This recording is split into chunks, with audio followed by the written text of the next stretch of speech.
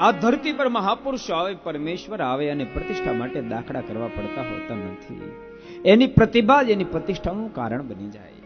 બાલપ્રભુ ઘનશ્યામની પ્રતિભા જ એવી છે. હજારો વિદ્વાનો કન્વિન્સ થઈ ગયા છે. ભક્તો યાદ રાખજો, મહાપુરુષોને પરમેશ્વર કોઈને ક્યારેક કન્વર્ટ કરવા માંગતા હોતા નથી. અને ભક્તો હિન્દુ ધર્મની ખાસિયત છે, યાદ રાખજો. અરે અનેક ધર્મોએ હજારો લોકોને કન્વર્ટ કર્યા છે.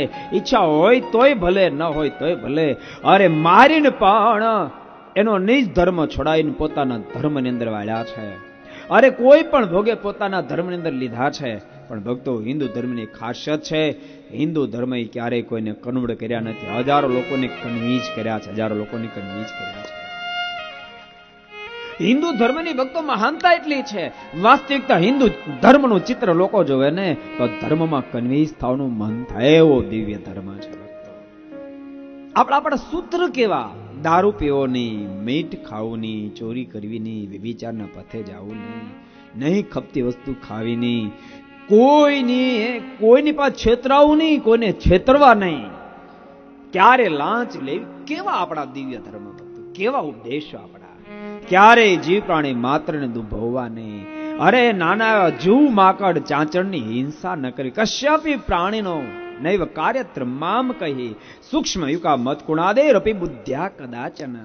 બુદ્ધિપૂર્વક નાના જીવ માકડ ચાંચડની પણ હિંસા કરશો નહીં, એને પણ નહીં દુભવશો. તો એટલું અદ્ભુત હિન્દુ ધર્મ છે. ભલભલાને એમાં કન્વિન્સ થવું પડે, ભલભલાને કન્વિન્સ થવું પડે, પણ નજીક આવે તો ખબર પડે. નજીક આવે તો ક્યારે પણ હિન્દુ ધર્મે કોઈને કન્વર્ટ કર્યા નથી. જોરાવરે પોતાની અંદર વાળવાનો ક્યારે પ્રયાસ કર્યો નથી. ભક્તો ભગવાન સ્વામિનારાયણ પણ સંતોને ગામડે મોકલતા ત્યારે એમ કહેતા, પરમહંસો તમે સદબોધ આપજો, મુમુક્ષને મારું સ્વરૂપ ઓળખાવજો. એની ઈચ્છા હોય તો તમે એને શરણાગત બનાવશો, જોરાવરે નહીં.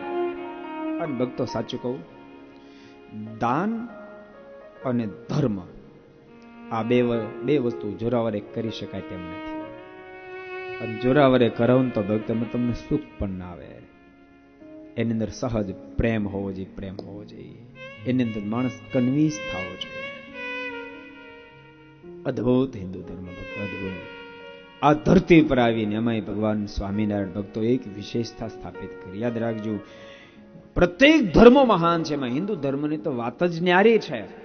પણ સ્વામિનારાયણ સંપ્રદાયની વિશેષતા એ છે ભક્તો, આ સંપ્રદાયમાં સતત એને ફોલો કરાવે એવા હજારો સંતો છે, એવા હજારો સંતો છે, જેને કારણે જીવાત્માને સતત ટોકતા રહે, સતત ટોકતા રહે. ને તો ભક્તો કયો ધર્મ એમ કહે છે તમે વ્યસન રાખો, કુટેવ રાખો, કુલક્ષણ રાખો? કોણ તમને બતાવે? પ્રત્યેક ધર્મો એમ કહે છે વ્યસન રાખશો નહીં, કુટેવ રાખશો નહીં, કુલક્ષણ રાખશો નહીં. એક ધર્મનો એક જ સરખો ભક્તો સિદ્ધાંત, એક સરખી ફિલોસોફી છે. પણ ભક્તો સ્વામિનારાયણ સંપ્રદાયની અંદર વ્યસન મુક્તિ વિશે જ જણાય છે. એનું કોઈ જો કારણ હોય તો ટોકનારા સંપ્રદાયની અંદર સંતો છે, સંતો.